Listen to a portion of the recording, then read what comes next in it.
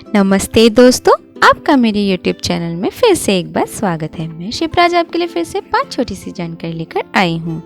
पहला, दोस्तों क्या आप जानते हैं नासा ने अब हमारे सौर मंडल के बाहर 5000 से अधिक ग्रहों की पुष्टि की है, जो हमारी आकाशगंगा में संभावित सैकड़ों अरबों का केवल एक अंश है।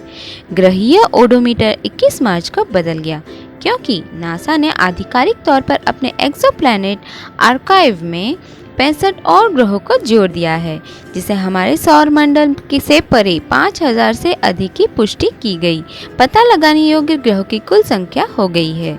इनमें से 35% ग्रहों का नेपच्यून जैसे के रूप में वर्गीकृत किया गया है, 31% की पहचान सुपर अर्थ के रूप में, 30% गैस दिग्गजों के रूप में और केवल 4% स्थलीय के रूप में की गई है।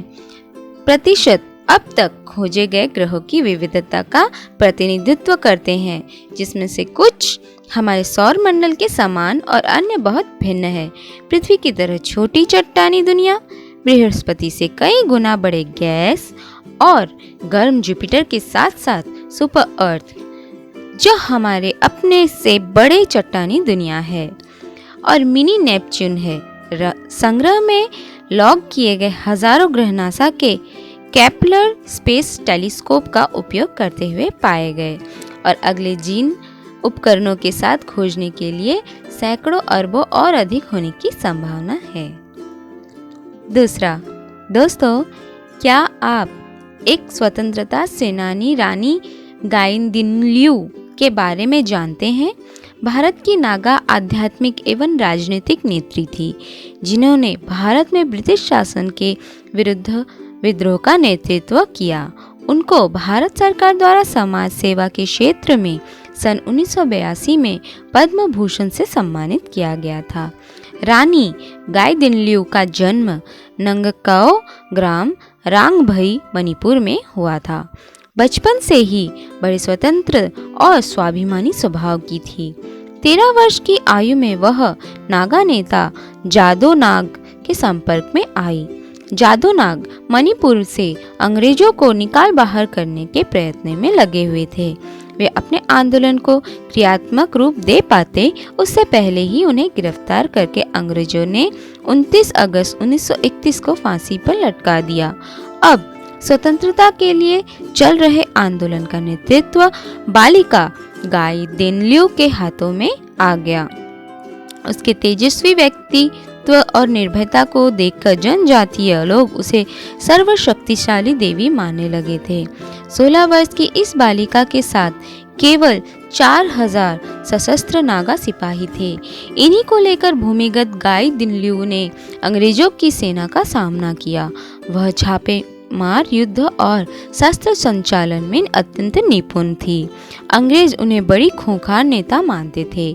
दूसरी ओर जनता का हर वर्ग उसे अपना उद्धारक समझता था। 17 अप्रैल 1932 को अंग्रेजों की सेना ने अचानक आक्रमण कर दिया और उसके बाद 14 वर्ष उन्होंने अंग्रेजों की जेल में बिताए। तीसरा, दोस्तों विज्ञान इतना आगे निकल चुका है कि हम सोच भी नहीं सकते। आइए ऐसे ही एक आविष्कार के बारे में जानते हैं। हीथर डेवी हैगबोर्ड का जन्म 4 जून 1982 में फिलाडेल्फिया, पेंसिल्वेनिया में हुआ था। यह एक सूचना कलाकार और बायो हैकर है। वह अपने प्रोजेक्ट स्ट्रेंजर विजन के लिए सबसे अच्छी तरह से जानी जाती है, जो कि डीएनए से बनाए गए चित्रों की एक श्रृंखला है, जिसे उन्होंने ब्रुकलिन, न्यूयॉर्क में रहने के दौरान बाल, सिगरेट और च्युइंगम जैसी छोड़ी गई वस्तुओं से बरामद किया था। निकाले गए डीएनए से उसने लिंग, जातीयता और अन्य कारकों का निर्धारण किया और फिर फेस जनरेटिंग सॉफ्टवेयर और एक 3D प्रिंटर का उपयोग करके एक एल्गोरिथम रूप से निर्धारित 3D पोर्ट्रेट बनाया।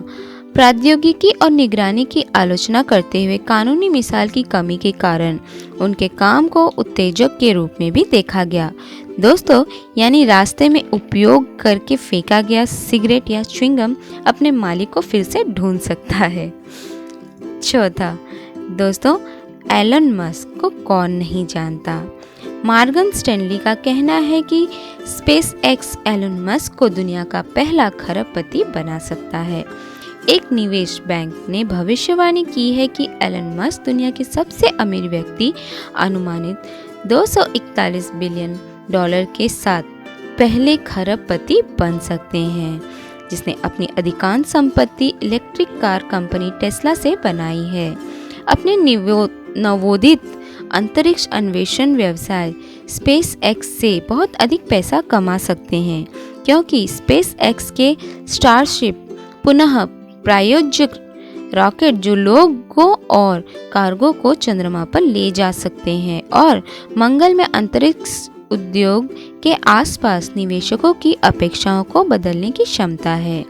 एक सेकेंडरी शेयर बिक्री में कंपनी का मूल्य 100 अरब डॉलर आंका गया, जिससे यह इंटरनेट फॉर्म बाइट डांस के बाद दुनिया की दूसरी सबसे बड़ी निजी तौर पर आयोजित कंपनी बन गई। मस्क के पास स्पेस एक्स का लगभग 48% हिस्सा है।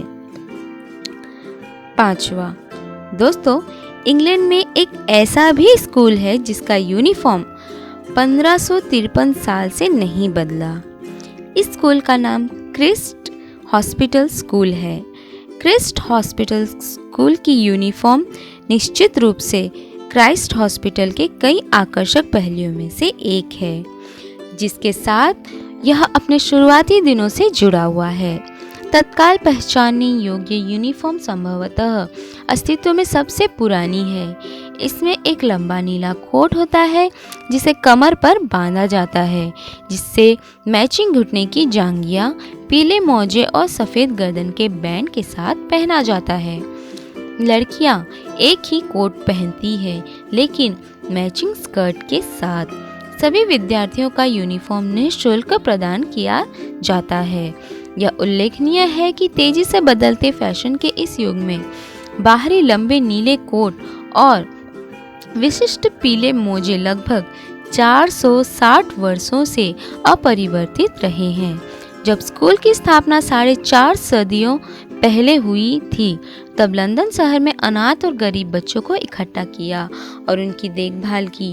लंदन के नागरिकों की उदारता से क्राइस्ट हॉस्पिटल के बच्चों के लिए स्मार्ट नए कपड़े उपलब्ध कराए गए। तो दोस्तों, आज की दी हुई जानकारी आपको कैसी लगी मुझे कमेंट बॉक्स पर ज़रूर बताइए और मेरे इस वीडियो को लाइक, शेयर और सब्सक्राइब करना ना भूलिए।